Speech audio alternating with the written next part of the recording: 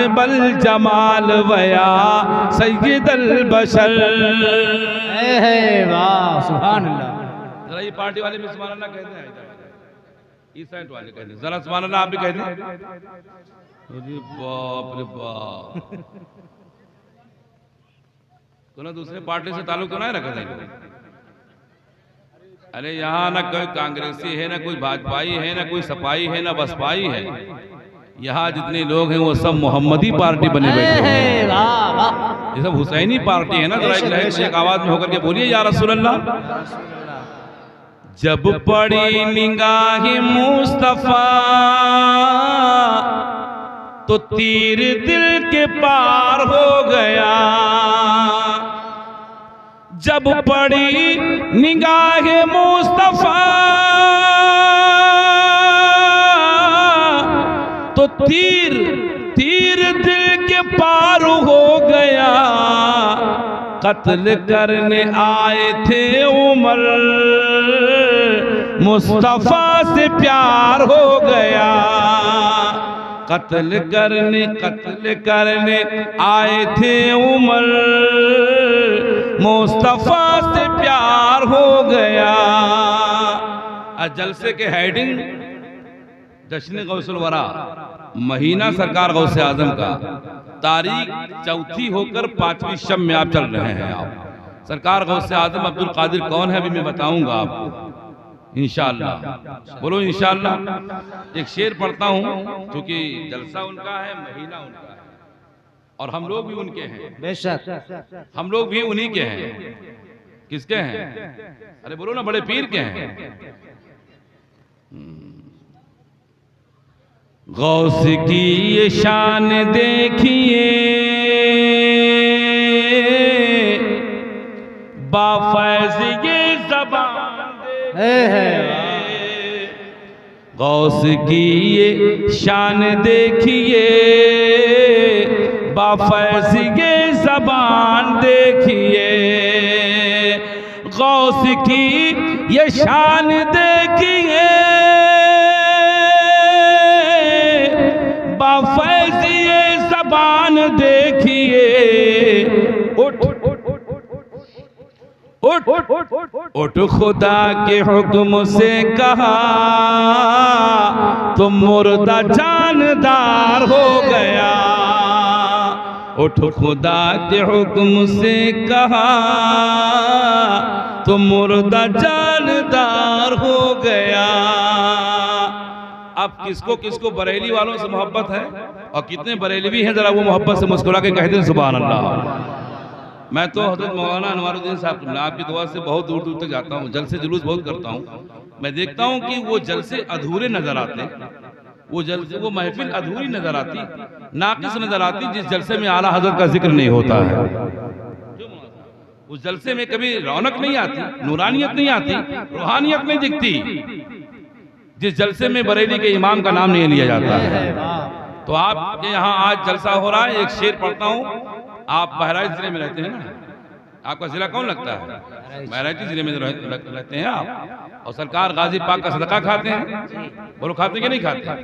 हाँ, 1000 साल से ज्यादा का जमाना गुजर गया, मगर आज भी तेरे गाजी से आवाज आती है, न हो आराम जिस बीमार को सारे जमाने से, उठा ले जाए थोड़ी खाक इनके आस्थाने से। तो दरे गाजी पे आज कोढ़ी आए, अंधा आए, नाबीना आए, बरस का बीमार आए, बांझ आए, बेऔलाद आए, कोई भी आए जिसका दुनिया में कोई इलाज न कर सके, सारी दुनिया के तबीबों, डॉक्टर, हकीम सब जवाब देते हैं। मेरी गाजी की रूहानियत आवाज देती है, डॉक्टर के सिरिंज, टेबलेट, मरहम, पट्टी, ट्रीटमेंट, इलाज, जहां से सब दम तोड़ देते हैं। मेरे गाजी के दर से आवाज आती है, वहां से दरे गाजी के हौज के पानी की बरकत शुरू होती है। बोलो है बात सही कि नहीं है? हाँ, अरे जो काम मेरे गाजी के दरबार का पानी कर रहा है, वो दुनिया के बड़े बड़े हॉस्पिटलों में बड़े बड़े तबीबों, डॉक्टर, जहां से उनका इल्म खत्म हो जाता है, सोच खत्म हो जाती है, और कुल मिलाकर के इसको पढ़े लिखे लोगों के बीच में अदब के साथ ये जुमला बोल सकता हूं कि जहां से मादी ताकतें दम तोड़ देती हैं वहां से रूहानी ताकत शुरू हो जाया करती है। तो सरकार गाजी पाक का हम सदका खाते हैं, इसलिए यहाँ पर चाहता हूँ कि गाजी पाक का भी जिक्र हो जाए। जिक्र गाजी मैंने जब किया तो रहमतों की छा गई घटा। जिक्र गाजी मैंने जब किया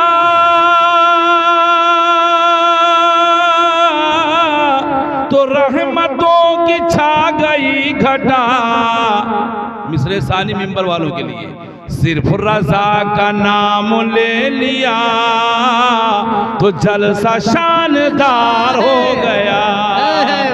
सिर्फ रजा का नाम ले लिया तो जलसा शानदार हो गया।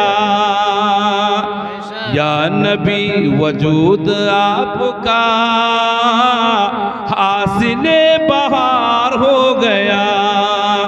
आपके कदम को चूम कर कांटा खुशबूदार हो गया।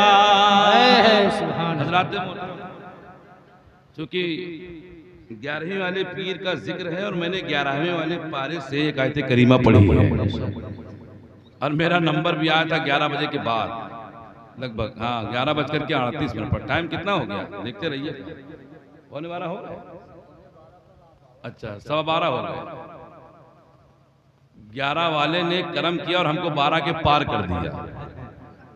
हाँ 11 से शुरू हुए और 12 तक आए और 12 वाले सरकार ने 12वीं वाले सरकार ने हमको एक खुदा से मिलाने की कोशिश कर दिया। तो अभी मतलब मैं चाहता हूं कि 1 न बजने पाए और पहले ही महफिल का इख्तिताम हो जाए। ठीक है, ओके। हाँ तुरे बुलाया सुनाया जनमुंडी हिराजू की, हाँ ठीक है। हाँ? और आप लाख आंदोलन चलाइए, मैं उतरूंगा नहीं तब तक मेरी मर्जी नहीं होगी और आपको जाने भी नहीं दूंगा। और आज से तुम तोबा कहले हो मिलाद में आवे करती। हाँ कि रहमतुल्लाह के जलसे में कभी नहीं आएंगे आप। बोलो, फिक्र बदलो, ख्यालात बदलो, सोच अपनी बदलो, तब्दीली लाओ, चेंजिंग लाओ, अपने आप को बदलो। अब बदलने का वक्त आ गया है। अब गफलत की चादर ओढ़कर सोने का वक्त नहीं है, बल्कि नामूसे रिसालत पर जान लुटाने का वक्त है। आप मोबाइल पर पूरी दुनिया देख रहे हैं, हालात क्या हैं इस वक्त वो आपको बताने की जरूरत नहीं है। हर घर में इस वक्त हालात मौजूद हैं और आपसे वो पोशीदा नहीं है, सब पर आया है। इसलिए लोगों अपनी पहचान बाकी रखो, अपना वकार बाकी रखो, अपनी इज्जत मजरू मत करो, अपने ईमान का सौदा मत करो। उस खुदा वहदुल्ला शरीक ने जो तुम्हें पैदा किया, तुम्हें मखलूक में किसी भी मखलूक में पैदा कर देता, लेकिन ये उसका करोड़ा एहसान कि उसने तुमको इंसान बनाया। और उस पर भी करोड़ा एहसान कि उसने तुमको मुसलमान बनाया। और मुसलमान बनाकर किसी भी नबी की उम्मत में पैदा कर देता, लेकिन कुरवारी वालों उस पर एक बार नहीं करोड़ा एहसान कि उस वहदहुल्लाह शरीक ने हमें तुम्हें अपने मुस्तफ़ा की उम्मत में पैदा फरमाया। तुम्हारी शान, तुम्हारा मकाम, तुम्हारी वैल्यू, तुम्हारी पोजीशन पूरी दुनिया की हर मखलूक, पूरी दुनिया की हर ताकत एक प्लेटफार्म पर जमा हो जाए, फिर भी मुस्तफ़ा की गुलामी के बराबर कभी हो नहीं सकते हैं। ऐ लोगों, अपने आप को पहचानो कि तुम हो कौन। आओ मैं एक छोटी सी बात आपके सामने रखता हूं।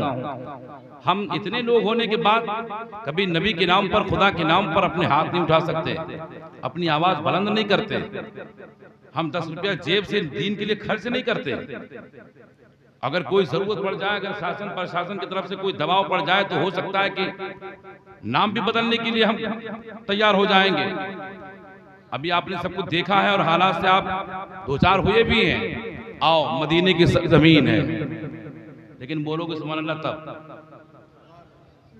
इतनी जोर से ना बोलो वरना लोग घबराए जाएंगे। मदीने की जमीन,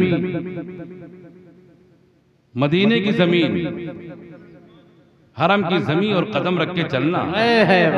अरे सर का मौका है वो जाने वाले, और तुम सुभान अल्लाह नहीं कह पा रहे हो। मदीने में एक मस्जिद जिसका नाम मस्जिद नबवी है, और उस मस्जिद नबवी की बुनियाद खुद मेरे मुस्तफ़ा ने दस्ते नबूवत से रखी है। पूछिए मौलाना अनवारुद्दीन साहब क़िबला से, कुरवानी की मस्जिद की बुनियाद किसी मौलवी साहब ने रखा होगा। यहाँ पढ़ोगे एक रकात तो एक ही रकात का सवाब पाओगे। हम उस मस्जिद की बात करने जा रहे हैं जिस मस्जिद की बुनियाद खुद नबी ने रखी, और अगर आप एक रकात वहाँ नमाज पढ़ ले तो अल्लाह तुम्हें 50,000 रकात का सवाब अता फरमाए। बहरहाल वो तो मैटर अलग है, मौजू अलग है। मस्जिद नबवी शरीफ मेरे आका सरवर कौनैन सल्लल्लाहु अलैहि वसल्लम तशरीफ फरमाए, सहाबा की अंजुमन लगी है। सहाबा ऐसे बैठे हुए थे जैसे आप बैठे हैं, लेकिन हमें और आपको अदब नहीं मालूम। आप तो कुर्सी अगर ना पाए तो जमीन पर नहीं बैठ सकते। कच्ची मस्जिद, कच्ची जमीन, पथरीली जमीन, खजूर की चटाई पड़ी है। मेरे आका उस खजूर की चटाई पर बैठे हुए हैं, सहाबा भी बैठे हुए थे। इसी बीच में पैगंबर इस्लाम सरवर कौनैन ने फरमाया, सहाबा मेरे यारो, वफादारो, जानिसारो, तुम में से कौन है, मैं चाहता हूं कि ईरान, इराक, दुनिया के दूसरे मुल्कों में भी इस्लाम पहुंच जाए। तुम में से कौन है जो ईरान चला जाए और वहां इस्लाम का झंडा लहरा दे। ए टोपी वाले, गजब किया था यारो, तुम ऐसी घात करते हो। इधर मैं तकरीर करता हूं, उधर तुम बात करते हो। सीधे बैठो। तमाम सहाबा की अंजुमन में मेरे नबी ने फरमाया, तुम में से कौन है, अभी इस्लाम नहीं पहुंचा ईरान में, कलमा नहीं पहुंचा नबी का ईरान में, कोई मुसलमान नहीं है ईरान में। अगर ये मिंबर वाले नाम सुनने के बाद जिस शख्सियत और जिस हस्ती का नाम लेने जा रहा हूं, उसका नाम सुन करके इन उलमा के चेहरे अगर खिल जाएंगे तो आप सुभान अल्लाह कहिएगा। तमाम सहाबा बैठे थे, खामोशी अख्तियार किए हुए। इसी बीच में एक सहाबी उठ के खड़े हुए, या रसूल अल्लाह इजाजत हमको दो, और हम तैयार हैं ईरान जाने के लिए, इस्लाम का झंडा लहराने के लिए, दीन की तबलीग के लिए, खुदा की वहदानियत के लिए, मुस्तफ़ा की रिसालत के लिए। आका हमको इजाजत दो। मुस्तफ़ा करीम की रहमत भरी नजर उठी तो देखा हजरत खालिद बिन वलीद उठ के खड़े हुए हैं। हजरत खालिद बिन वलीद जिनका लक़ब सैफुल्लाह है, पतले दुबले कमजोर, सिंगल चेचिस कमजोर बॉडी, उठ के खड़े हुए, लब्बैक या रसूल अल्लाह, इस काम के लिए मैं हाजिर हूं, आका इजाजत दे। मेरे नबी ने फरमाया, खालिद रखते सफर तैयार करो। सामान तैयार किया गया। मेरे मुस्तफ़ा करीम ने फरमाया, ए खालिद, जब वहां दुश्मन की ताकतें, दुश्मन की फौज, दुश्मन का लश्कर, वहां के लश्करों सिपाह तेरे सामने होंगे तो तू अकेले क्या करेगा? या रसूल अल्लाह, लड़ूंगा, मुकाबला करूंगा, डट के रहूंगा। मेरे नबी ने फरमाया, नहीं, आओ हम तुम्हें अपना तोहफा दे देते हैं। मेरे नबी सरवर कौनैन ने सर मुबारक से टोपी उतारी और उसमें अपने सर के 2 बाल रखे और दे दिया तोहफे में। कहा, खालिद ये ले जाओ, जहां से पूरी दुनिया की ताकत दम तोड़ देगी वहां से तेरे मुस्तफ़ा की टोपी की बरकत शुरू हो जाएगी। ले जा। हजरत खालिद बिन वलीद गए। ईरान में ईसाइयों का गलगला था, ईसाइयों का बहुत जोर दबदबा था। हजरत खालिद बिन वलीद ईरान पहुंच गए, तने तनहा मुसलमान हैं। ईरान पहुंचे, लोगों से पूछा, यहाँ के ईसाई कहाँ मिलेंगे, यहूदी कहाँ मिलेंगे, नसरानी कहाँ मिलेंगे, मजूसी कहाँ मिलेंगे? हजरत खालिद बिन वलीद से लोगों ने कहा, कहाँ से आए हो, कौन हो, कौन हो? इस जुमले पर जरा आप तवज्जो करेंगे, मजा आ जाएगा। खालिद बिन वलीद ने कहा, कौन हो, कहाँ से आया हूँ, ये मत पूछो, ये पूछो किसने भेजा है। किसने भेजा है? कहा किसने भेजा है? कहा बाद में पता चलेगा। बताओ कि लोग कहाँ हैं? कहा इस वक्त सारे ईरान के लोग, सारी सोसाइटी के लोग, सारे समाज के लोग चर्च में रहते हैं। चर्च में वो लोग अपनी यहूदी और अपने नसरानी, अपने मजोसी, अपने ईसाई पोप की तकरीर सुनते हैं, भाषण सुनते हैं, स्पीच सुनते हैं, बयान सुनते हैं। कहाँ है चर्च? लोगों ने पता बताया। हजरत खालिद बिन वलीद सीधे गए उसी चर्च। मुंबई जाने वाले लोग इसमें बैठे होंगे, जानते होंगे, मुंबई सेंट्रल लाइन पे चर्च गेट स्टेशन भी है, जहां पर ईसाइयों का चर्च जिसको कहा जाता है, चर्च में मिलेंगे। हजरत खालिद बिन वलीद जब पहुंचे तो देखा मजमा बहुत बड़ा है, मंच बहुत बड़ा लगा है और उसके किनारे ईसाई पोप चढ़ने वाला है, तकरीर करने वाला है। रोजाना बयान करता था, रोजाना भाषण देता था, रोजाना स्पीच देता था, रोजाना बयान करता था। मगर एक गुरुवारी के सुन्नी मुसलमान, जरा दिल के दरीचे खोल और कान के पर्दे खोल, साफ करके ये जुमले सुन। खालिद बिन वलीद पहुंचे हैं, बीचों बीच मजमे में जाकर के बैठ गए, बीचों बीच मजमे में बैठ गए। रोजाना ईसाई पोप खूब तकरीर करता था, खूब धड़ल्ले से बोलता था, चीख मार मार के बोलता था, चिल्ला चिल्ला के तकरीर करता था। लेकिन जुमला कदर करें, मजा आ जाएगा।